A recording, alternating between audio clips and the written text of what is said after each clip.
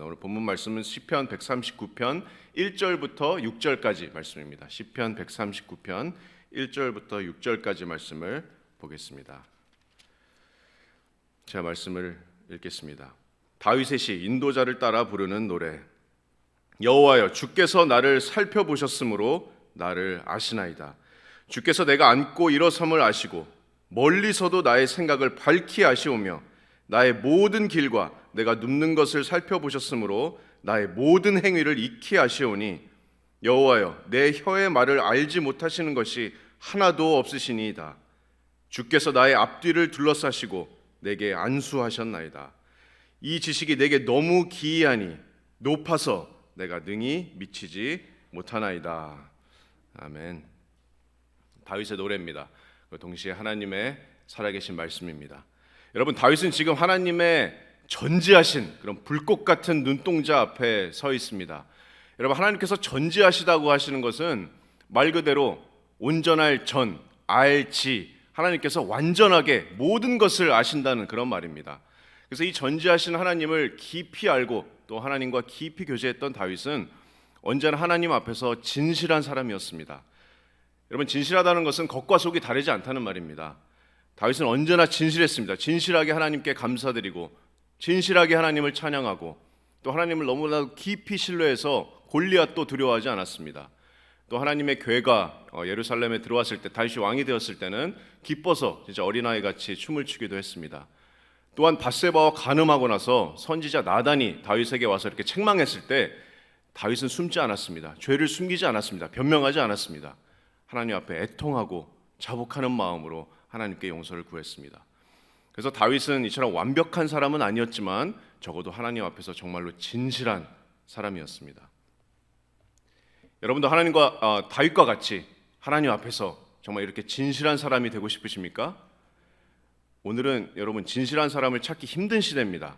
얼마나 많은 사람들이 자신의 유익을 위해서 속고 속이고 또 감추고 겉과 속이 다르고 위선과 거짓이 범람하는 시대입니다. 심지어 그리스도인들조차도 사람들 앞에서는 진실한 사람처럼 보여지지만 그 속에는 거짓과 미움과 험담과 이런 것들로 가득 차 있는 사람들이 많습니다.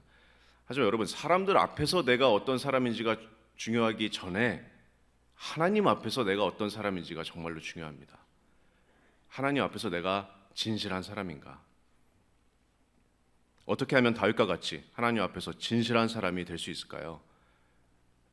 하나님의 불꽃 같은 이 전지하신 눈동자 앞에 우리가 서야 합니다. 그래서 오늘 1절부터 6절까지 시편 139편 말씀을 통해서 하나님 앞에서 진실한 사람으로 서게 되는 그런 세 단계를 살펴보도록 하겠습니다. 그래서 말씀을 통해서 우리도 다윗처럼 하나님의 이 불꽃 같은 눈동자 앞에 함께 서는 시간이 되기를 바랍니다. 먼저 하나님 앞에 진실한 사람이 되는 첫 단추는 바로 하나님의 전지하심의 깊이를 깨닫는 겁니다. 하나님의 전지하심의 깊이가 얼마나 깊은지를 깨닫는 겁니다. 다윗이 1절에 노래합니다. 1절을 보시겠습니다. 여호와여, 다윗의 감탄의 부르짖음입니다. 주께서 나를 살펴보셨으므로 나를 아시나이다. 자, 여기서 살펴보셨다라는 표현에 주목하시기 바랍니다. 이 살펴보셨다라는 이 히브리어 단어는 구약의 다른 곳에서 이제 여러 번 쓰였는데 어떻게 쓰였냐면 사사기 18장 2절에서는 정탐꾼들이 가나안 땅을 이렇게 정탐하다 할 때 정탐하다라도 쓰이고 욥기에서는 조사하다, 감찰하시다 이렇게 쓰이기도 했습니다. 어떤 뉘앙스인지 이렇게 이해가 가시죠? 그래서 주께서 나를 살펴보셨으므로 라는 말은 다시 말해서 하나님께서 나를 조사하셨으므로 자세히 감찰하셨으므로 나를 아시나이다 라고 하는 표현입니다. 근데 질문이 있을 수 있습니다. 하나님께서는 정말 전지하신 하나님이신데 모든 것을 알고 계신 하나님이신데 지혜에 한계가 없으신 하나님이신데 하나님께서 다윗을 알기 위하셔서 다윗을 자세히 살피고 조사하실 필요가 있으실까요? 전혀 없으십니다. 그래서 여기서 다윗이 살펴보셨다라고 하는 표현은 하나님을 사람처럼 의인화한 표현입니다. 여러분 잘 아시겠지만 시편이나 지혜서에서 많이 등장하는 시적인 표현인데 하나님께서는 영이시지만 하나님의 손, 하나님의 눈동자와 같은 이렇게 표현으로 하나님을 무한하신 하나님께서 유한한 인간에게 무한한 하나님 자신을 계시하시는 우리 인간의 눈높이에 맞춰서 계시하시는 방법입니다. 그래서 하나님의 자비의 그런 계시이신데 1절에 살피신다라는 표현도 마찬가지입니다. 살핀다는 것은 우리가 자세히 관찰해서 모르는 것을 발견한다는 그런 뜻인데, 하나님께는 절대 적용될 수 없는 그런 표현입니다. 하나님께서는 본질적으로 우리 인간과 완전히 다르십니다. 전지하신 하나님께서는 어떤 새로운 정보나 어떤 새로운 것들을 습득할 전혀 필요가 없으십니다. 모든 것을 이미 알고 계십니다. 우연히 하나님 앞에는 있을 수가 없습니다. 하나님의 지식과 지혜는 말 그대로 완전합니다. 그렇기 때문에 다윗이 여기서 말하고자 하는 것은, 하나님께서 나의 존재의 정말 가장 깊은 곳, 나의 영혼의 가장 은밀한 구석까지 나를 철저하게 남김없이 나를 알고 계신다는 그런 고백입니다. 그리고 이 고백은 지극히 개인적인 고백입니다. 1절에서 주께서 누구를 살펴보셨다고요? 나를 살펴보셨으므로 누구를 아십니까? 나를 아시나이다. 하나님과 나와의, 다윗 자신과의 친밀함을 표현하는 그런 고백입니다. 이 나를 아시나이다에서 이 알다라는 동사도 단순히 내가 지식적으로 아는 것을 넘어서 경험적으로 아는 것을 의미합니다. 이 알다라는 동사는, 이 히브리어 동사는 구약에서 정말로 많이 쓰이는 단어인데, 하나님한테 이 알다라는 동사가 사용되면 이렇게 쓰입니다. 시편 50편 11절 말씀에 산의 모든 새들도 내가 아는 것이다. 산의 모든 새들도 내가 안다. 그 새들뿐만 아니라 우리 인간들도 하나님께서는 알고 계십니다. 아브라함을 친구처럼 알고 계시고, 모세와 대면하여 알고 계시고, 또 심지어 우리가 태어나기 전에도 알고 계십니다. 예레미야 1장 5절에서 선지자 예레미야에게 하나님께서 직접 말씀하십니다. 내가 너를 모태에 짓기 전에 너를 알았다. 모태에서 너를 짓기 전에 내가 너를 알았다. 놀랍지 않습니까? 게다가 이 알다라는 이 동사는 성경에서 완곡한 표현으로 자주 쓰이는 그런 대표적인 단어이기도 합니다. 창세기 4장 1절 말씀에 보시면, 아담이 그의 아내 하와와 동침하매, 하와가 임신하여 가인을 낳고, 이런 말씀이 있는데, 여기서 동침하매라는 이 단어가 오늘 본문 1절에 알다와 동일한 단어입니다.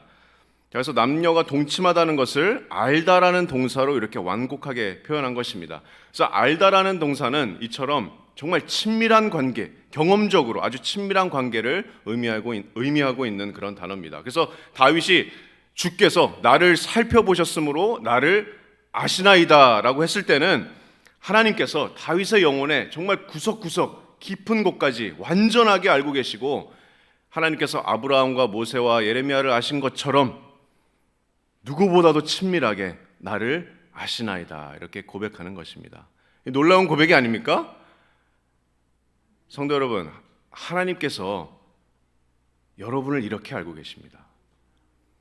여러분의 영혼의 모든 것을 온전하게, 그리고 누구보다도 친밀하게, 여러분이 이 땅에서 태어나기도 전에, 모태에서 짓기 전에 알고 계십니다. 이것이 하나님의 전지하심의 깊이입니다. 하나님 앞에서 진실한 사람이 되고 싶으십니까? 첫 단계는 다윗과 같이 이처럼 하나님과의 하나님의 이 전지하심의 깊이를 내가 먼저 깨닫는 겁니다. 하나님 앞에서, 이 전지하신 하나님 앞에서 내가 어떤 존재인지, 하나님과의 나와의 관계가 어떤 관계인지 깨닫는 것에서부터 시작합니다. 이사야가 환상 중에 높이 들린 하나님의 보좌를 이렇게 봤는데, 정말 초월적인 하나님이시고 광대하신 하나님이시지만, 시편 145편 18절 말씀과 같이 여호와께서는 자기에게 진실하게 간구하는 모든 자에게 가까이 하십니다. 초월적인 하나님이시지만 우리의 가까이 계시는 하나님이십니다. 이렇게 나를 살펴보시고 나를 아시는 하나님 앞에서 숨겨질 것이 전혀 없습니다. 이것이 첫 번째 단계입니다. 그리고 이제 이어지는 다윗의 노래를 통해서 하나님 앞에서 진실한 사람으로서는 두 번째 다윗의 그런 그 감정의 변화를 살펴보겠습니다. 두 번째 단계는 하나님의 전지하심의 깊이를 깨달았다면 이제는 그 넓이에 내가 두려움으로 떠는 겁니다. 전지하심의 깊이를 깨달았다면 이제는 그 전지하심의 범위에, 그 넓이에 내가 두려워하는 것입니다. 하나님의 전지하심이 미치는 그 범위는 얼마나 광대할까요? 2절부터 5절까지 말씀을 보겠습니다. 2절 상반절 말씀에 주께서 내가 앉고 일어섬을 아신다. 자, 주께서 나의 앉고 일어섬을 아신다. 자, 이 묘사는 하나님께서 앉고 일어섬 이 두 가지만 아신다는 그런 말씀이 아니고, 이 양극의 표현을 사용함으로써 전체를 설명하는 그런 시적인 표현입니다. 그래서 하나님의 전지하심의 범위는 내가 앉고 일어서는 것을 포함해서 이 행동뿐만 아니라 다윗의 모든 움직임 전체 하나하나 전부 다 알고 계신다는 그런 의미입니다. 여러분이 하시는 모든 행동들, 아침에 무슨 행동들을 하셨습니까? 직장과 가정, 또 교회에서 어떤 행동들을 하셨습니까? 집에 돌아와서 내가 혼자 있을 때 어떤 행동들을 하셨습니까? 그 모든 행동들을 하나님께서 알고 계십니다. 또 행동뿐만 아니라 나의 모든 생각을 밝히 알고 계십니다. 2절 하반절 말씀에 주께서 내가 앉고 일어섬을 아시고 멀리서도 나의 생각을 밝히 아시오며. 자, 그래서 나의 생각이라고 번역된 원어는 나의 동기, 나의 의도라고도 번역될 수 있습니다. 그래서 하나님께서는 다윗의 모든 행동들의 그 이면에 있는 모든 생각, 의도, 동기들을 멀리서도 시간과 공간의 제약 없이 알고 계십니다. 하나님의 이런 전지하심은 시간과 공간을 초월하는 그런 지식입니다. 여러분 어떤 생각을 갖고 계세요? 여러분이 어떤 행동을 하는, 어떤 일을 하는 그 동기가 무엇입니까? 의도가 어떻습니까? 어떤 생각들을 주로 하십니까? 하나님께서는 저와 여러분의 모든 생각과 마음의 동기, 마음의 의도를 밝히 멀리서도 알고 계십니다. 3절에서도 계속됩니다. 나의 모든 길과 내가 눕는 것을 살펴보셨으므로 나의 모든 행위를 익히 아시오니. 계속 반복되는 표현입니다. 자, 살펴보셨으므로라는 단어는 아까도 제가 짚어드렸듯이 하나님의 이런 전지하신 눈동자가 내가 태어나서 죽기까지 나의 모든 행동을 낱낱이 하나님께서 꿰뚫어서 알고 계신다는 그런 의미입니다. 뒤에 나오는 다윗의 고백이 있는데 시편 139편 오늘 본문 말씀 16절에 보시면 다윗이 이렇게 고백합니다. 나를 위하여 정한 날이 하루도 되기 전에 주의 책에 다 기록이 되었나이다. 자, 다시 말해서 내가 태어나기도 전에 이미 나의 전생애의 행동이 주의 책에 다 기록이 되었다는 말씀입니다. 놀라운 말씀입니다. 그리고 4절에 이어서 여호와여 내 혀의 말을 알지 못하시는 것이 하나도 없으시니이다. 이 구절을 문자적으로 번역하면 이렇게 번역할 수 있습니다. 내 입술에서 말이 나오기도 전에 내 말을 알지 못하시는 것이 하나도 없으십니다. 자, 여러분이 태어나서 지금까지 했던 모든 말들, 그리고 아직 하진 않았지만 앞으로 하게 될 모든 말들, 그 전부를 하나님께서 알고 계십니다. 지금까지 살면서 어떤 말들을 하셨습니까? 어떤 말들을 우리가 할 건지도 하나님께서 이미 알고 계십니다. 여튼 하나님의 전지하심의 그 범위는, 그 넓이는 가히 우리의 상상을 초월합니다. 우리가 시간 관계상 성경 구절을 다 찾을 수는 없지만 성경을 근거로 하나님의 전지하심의 범위가 얼마나 큰지 간단하게 말씀드리면 하나님께서는 자신에 대한 모든 것을 이미 알고 계시고 모든 사람의 신체 구조를 알고 계시고 예를 들어서 우리의 머리카락의 숫자까지 다 세우고 계시고 사람들의 필요를 우리가 묻기 전에 알고 계시고 모든 사람의 생각을 아시고 모든 사람의 수명 또한 이미 아시고 인간이 타락할 것을 이미 아시고 사람들의 영적인 운명을 이미 아시고 미래의 일들을 아시고 모든 경우의 수를 이미 다 알고 계시고 우리가 이렇게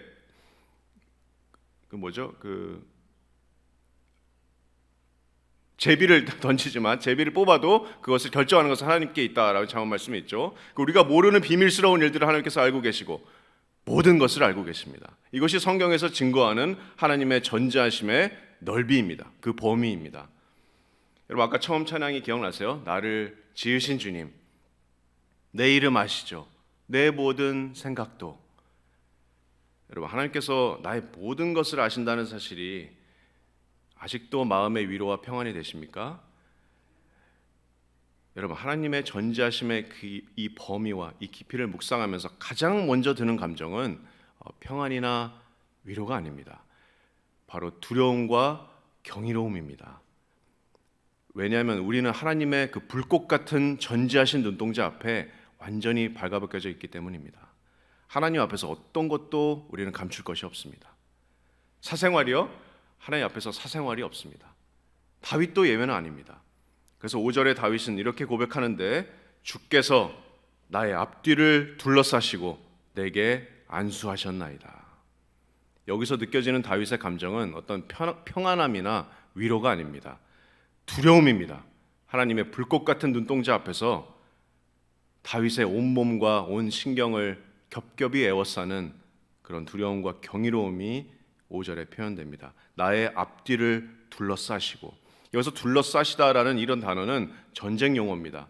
우리가 성을 군대들이 이렇게 둘러싸잖아요. 포위하고 에워싸듯이 이렇게 이런 식으로 이제 표현되기도 하는데, 마치 군대가 이 성을 완전히 에워싸듯 하나님께서 자신을 완전히 앞뒤로 포위하신 것 같은 그런 두려움을 느끼고 있습니다. 게다가 5절 하반절에 앞뒤를 둘러싸시고 내게 안수하셨나이다 라는 표현이 있는데, 이 표현은 문자적으로 하나님의 손바닥이 내 위에 있습니다 라는 표현입니다. 자, 보통 하나님의 인도하심을 우리가 표현하는 하나님의 손, 이런 표현을 할 때는 손이라는 다른 단어가 이제 사용되는데, 일반적인 손이 아니라 이 구절에서는 손바닥이라는 히브리어 단어가 사용됐습니다. 그래서 안수하셨나이다라는 이 표현은 말 그대로 탁자에 있는 벌레를 우리가 손바닥으로 딱 잡듯이 하나님의 손바닥이 지금 내 위에 있습니다라고 하는 그런 표현입니다. 두려움의 고백입니다. 앞뒤로 겹겹이 지금 하나님께서 나를 둘러싸시고 손바닥으로 짓누름을 당한 듯이 하나님, 당신의 그 불꽃 같은 눈동자, 그 앞에 내가 옴짝달싹 할 수 없습니다 라는 다윗의 이런 감정이 그대로 5절에 기록되어 있습니다. 여러분, 이 다윗의 고백이 하나님 앞에서 정말 진실하게 서기를 원하는 저와 여러분의 고백이 되길 원합니다. 하나님의 전지하심의 그 넓이에 두려움으로 떠시기 바랍니다. 왜냐하면 그 두려움은 축복된 두려움이기 때문입니다. 왜 축복된 두려움이냐고요? 그 두려움과 경외함이 우리의 교만을 벗겨주기 때문입니다. 우리가 겉으로는 이렇게 진실한 척 보이지만 온갖 죄를 일삼는 그 마음의 위선을 그 두려움이 벗겨주기 때문입니다. 그리고 그 두려움이 우리를 회개의 자리로 인도해 주기 때문입니다. 그래서 그것은 축복된 두려움입니다. 시편 90편 8절에서 모세가 이렇게 기도합니다. 주께서 우리의 죄악을 주의 앞에 놓으시며 우리의 은밀한 죄를 주의 얼굴빛 가운데 두셨사오니. 자, 그래서 주의 얼굴빛이라는 표현이 바로 하나님의 전지하심을 나타내는 표현입니다. 나의 모든 은밀한 죄가 하나님의 눈동자 앞에 밝히 드러나고 하나님께서 나를 회개의 자리로 인도해 주신다면 그것은 정말로 축복입니다. 거룩하신 하나님을 닮아가는 축복입니다. 사람들 앞에서 진실한 사람이 되기 전에 먼저 나의 모든 것을 아시는 하나님 앞에서 내가 진실한 사람으로 서게 되는 축복입니다. 그 축복을 주님께서 우리에게 내려주시기를 소망합니다. 그것이 다윗의 간구였습니다. 이 시편 139편을 마무리하면서 다윗은 이렇게 고백합니다. 이렇게 노래합니다. 23절 말씀에 하나님이여 나를 살피사 내 마음을 아시며 나를 시험하사 내 뜻을 아옵소서. 내게 무슨 악한 행위가 있나 보시고 나를 영원한 길로 인도하소서. 이것이 저와 여러분의 기도이기를 바랍니다. 자, 이제 오늘 본문의 마지막 다윗의 고백입니다. 하나님 앞에 진실한 사람으로 서는 마지막 단계. 자, 그 첫 번째는 전지하심의 깊이를 내가 깨닫는 것. 두 번째는 하나님의 전지하심의 그 넓이에 내가 두려움으로 서는 것. 또 마지막은 하나님의 전지하심의 무게에 내가 엎드려지는 것입니다. 6절 말씀에 이 지식이 내게 너무 기이하니 높아서 내가 능히 미치지 못하나이다. 다윗의 어떤 예배의 고백입니다. 경배의 고백. 주님, 이 지식이 내게 너무 기이합니다. 여기서 기이합니다라는 것은 어떤 기쁨이나 행복의 이런 뉘앙스가 아닙니다. 인간적으로 설명할 수 없는 그런 초자연적인 하나님의 전지하심에 사로잡힌 다윗이 할 수 있는 유일한 경외의 표현입니다. 그 지식이 너무 높아서 그 끝에 내가 다가갈 수 없습니다. 세번역 성경은 6절을 이 깨달음이 내게는 너무 놀랍고 너무 높아서 내가 감히 측량할 수조차 없습니다. 이렇게 번역합니다. 이 전지하심의 무게는 내가 감당할 수준이 아닙니다. 불가능합니다. 내가 할 수 있는 유일한 것은 그 전지하심 앞에 내가 납작 엎드리는 것, 예배하는 것, 무릎 꿇는 것. 이것이 하나님 앞에 진실한 사람으로서는 마지막 단계입니다. 하나님의 전지하심을 깨닫고 그 앞에 두려움으로 서는 사람의 마지막 합당한 반응은 다윗처럼 하나님께 예배드리는 것, 하나님 앞에 납작 엎드려지는 것입니다.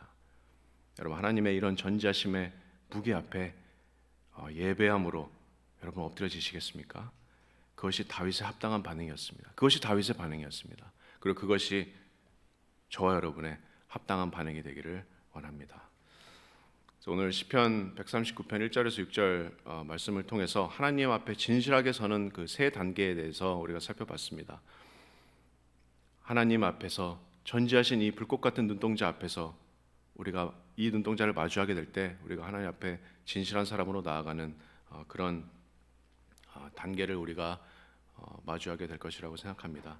전지하심의 깊이를 먼저 깨닫고 나의 존재를 정말 철저하게 알고 계시는 그 하나님, 또 나를 친밀하게 알고 계시는 그 하나님께서 계시다는 사실을 먼저 깨닫고, 또 그 전지하심의 넓이 앞에 내가 두려움과 경외함으로 하나님 앞에 서고, 또 그 축복된 두려움이 우리를 하나님 앞에 위선 없이 진실한 사람으로 서는 그런 회개와 순종으로 하나님께서 이끌어 주시고, 또 마지막으로 그 전지하심의 무게 앞에 내가 예배로 무릎 꿇는 것, 엎드려지는 것, 높으신 하나님을 내가 말씀을 통해서 깨닫고 내가 더 깊이 하나님을 예배할 때, 더 깊이 하나님을 찬송할 때 하나님 앞에 진실한 사람으로 서게 될 것입니다.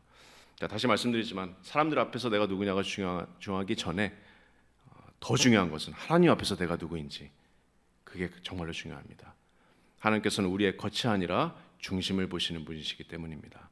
여러분의 중심에는 어떤 것이 있으십니까? 베드로의 고백으로 오늘 말씀 마치겠습니다. 예수님께서는 베드로가 아시겠지만 예수님을 배반할 것을 이미 알고 계셨습니다. 하지만 베드로가 믿음이 약한 것도 주님께서 알고 계셨습니다. 그래서 주님께서는 베드로를 위해서 기도하셨고, 그래서 베드로는 가룟 유다와 같이 지옥불에 떨어지지 않았습니다. 예수님께서 베드로를 붙드셨고, 또 결국에는 베드로를 회복시켜 주셨습니다. 부활하신 예수님께서 베드로를 회복시키시면서 똑같은 질문을 3번 하셨습니다. 그렇죠? 무슨 질문을 하셨죠? 네가 나를 사랑하느냐? 주님께서 3번째 똑같은 질문을 이렇게 베드로에게 여쭤보셨을 때, 자, 베드로가 너무 근심한 나머지 하지만 담대하게 하나님의 전지하심에 호소합니다. 요한복음 21장 17절 말씀을 제가 읽어보겠습니다.